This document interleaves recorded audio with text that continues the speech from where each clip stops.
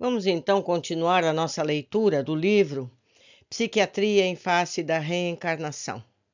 São experiências do Dr. Inácio Ferreira no Sanatório Espírita de Uberaba. Recalques do passado. Entramos no cenário da vida impelidos pelos próprios fatores concernentes aos atos passados.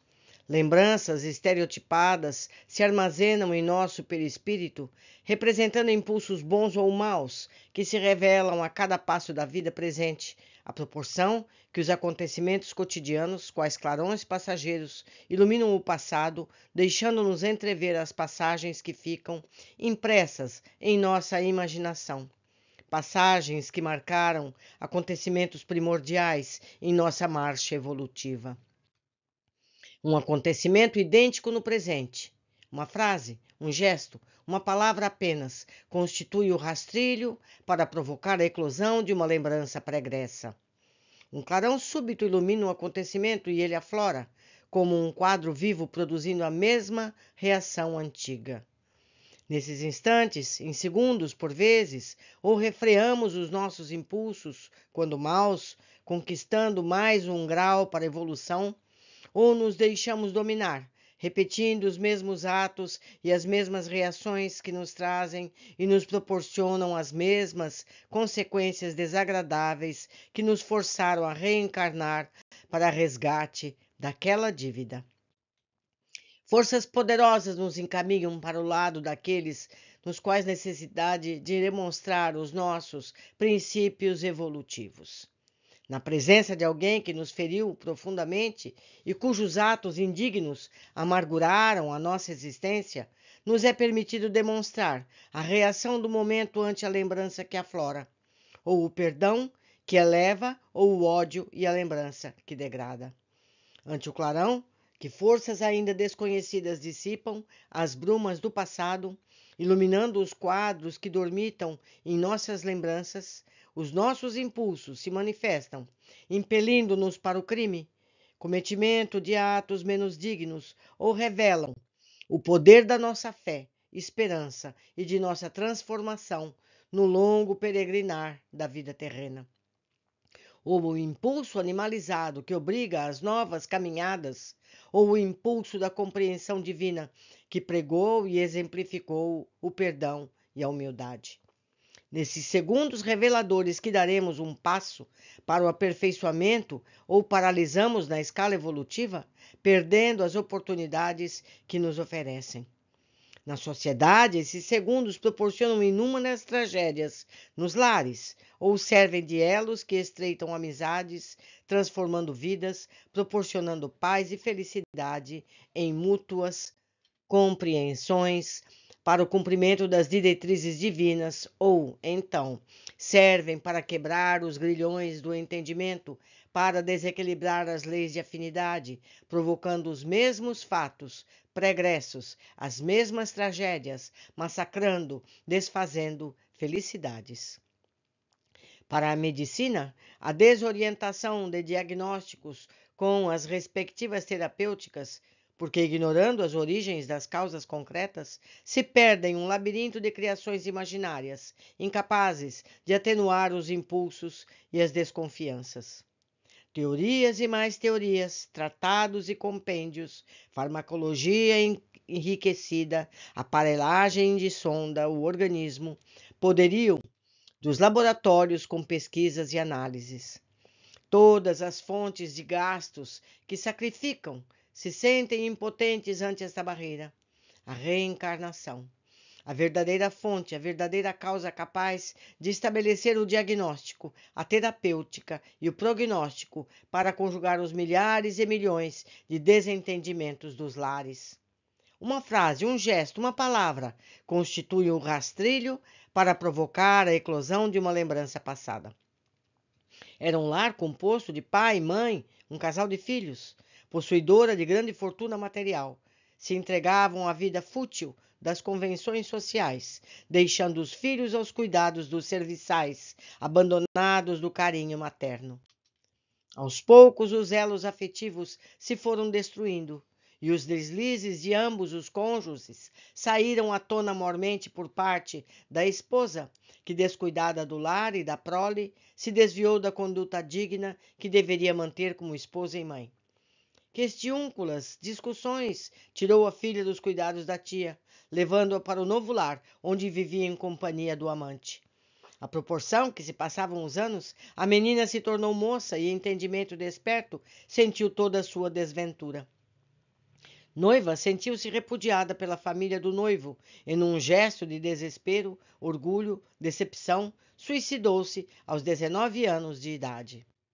O irmão, revoltado, tornou-se um boêmio, entregando-se ao vício da embriaguez, acabando assim de desmoronar o lar e a família. Tiveram algumas existências intermediárias e vieram agora, na presente reencarnação, se reunir novamente.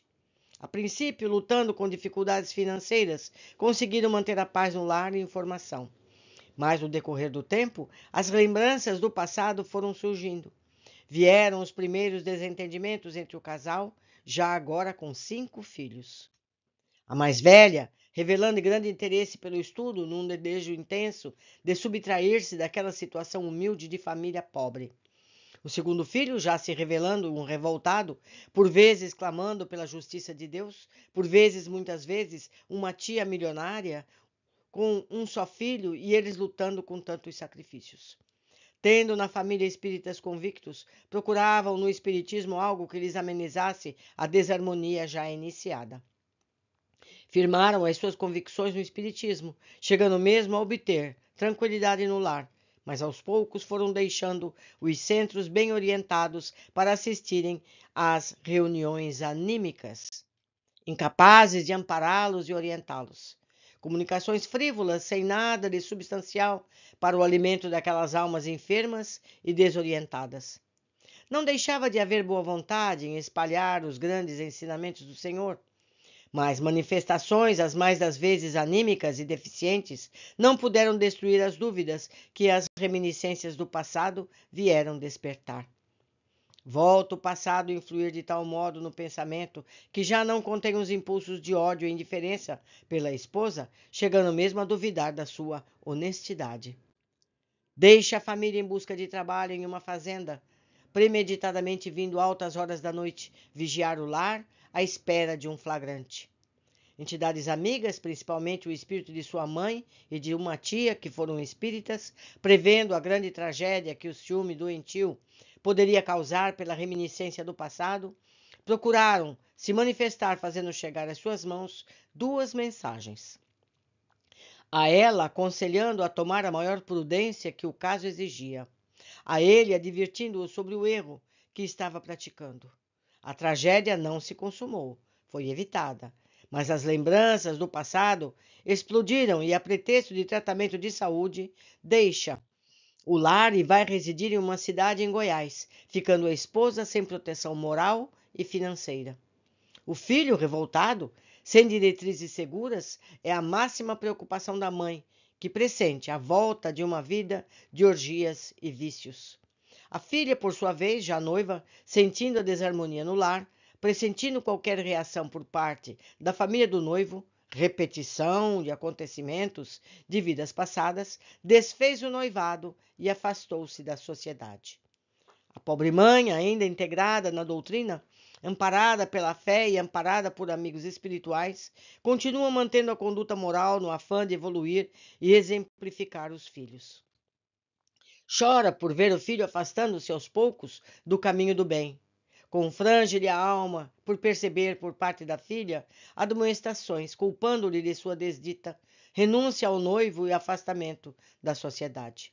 Explosão de recalques anímicos, saturações do pensamento com ideias que se estereotiparam, manifestações levianas em trabalhos particulares serviram de rastilho para que o subconsciente atormentado despertasse, pejando de pensamentos e atos reflexos do passado. Falta de vigilância enfraquecendo a resistência psíquica, deixando prejudicar ainda mais. Resultado: voltam ao mundo espiritual a fim de se prepararem para futuras caminhadas, enquanto neste restante de vida terrena prosseguirão a jornada desorientados como viajantes de nau desarvorada. Pela psiquiatria divina, tenta-se ainda a reconstituição desse lar. O conhecimento, embora superficial da doutrina, servirá de base terapêutica para novas tentativas de reconciliação. Com o perpassar do tempo, os espíritos amadurecidos, corpos com os consequentes desgastes da matéria, combalidos na última hora, lembranças mais nítidas, poderão reunir-se, apesar de tudo, até mesmo com mais merecimento, terminando assim o ciclo de resgate de um passado tão atribulado. A psiquiatria divina, baseada em fatores sólidos, poderá realizar alguma coisa. A psiquiatria humana, material, ainda uma vez se sentirá impotente ante os túmulos que guardam o pó, o nada, a fim de sua concepção materialista, incapaz de se livrar dos acontecimentos do palco da vida terrena. Liberando-se para os páramos divinos, em novos mundos no espaço, cinge os seus conhecimentos e poderes, tornando-se incapaz de continuar dissecando vidas passadas, fatores essenciais resultantes para o conhecimento presente. Reencarnação. Eis o tratado onde encontrará o porquê dos sofrimentos humanos e a terapêutica sublime para a sua finalidade, curar e lenir as dores e sofrimentos. Meus amigos, um pouquinho de paciência, um pouquinho de entendimento resolve muita coisa. Lembrar sempre que temos apenas uma vida, com muitas vivências, com muitas personalidades, mas sempre a mesma vida, uma consequência da anterior. Por hoje ficamos aqui, abraços a todos.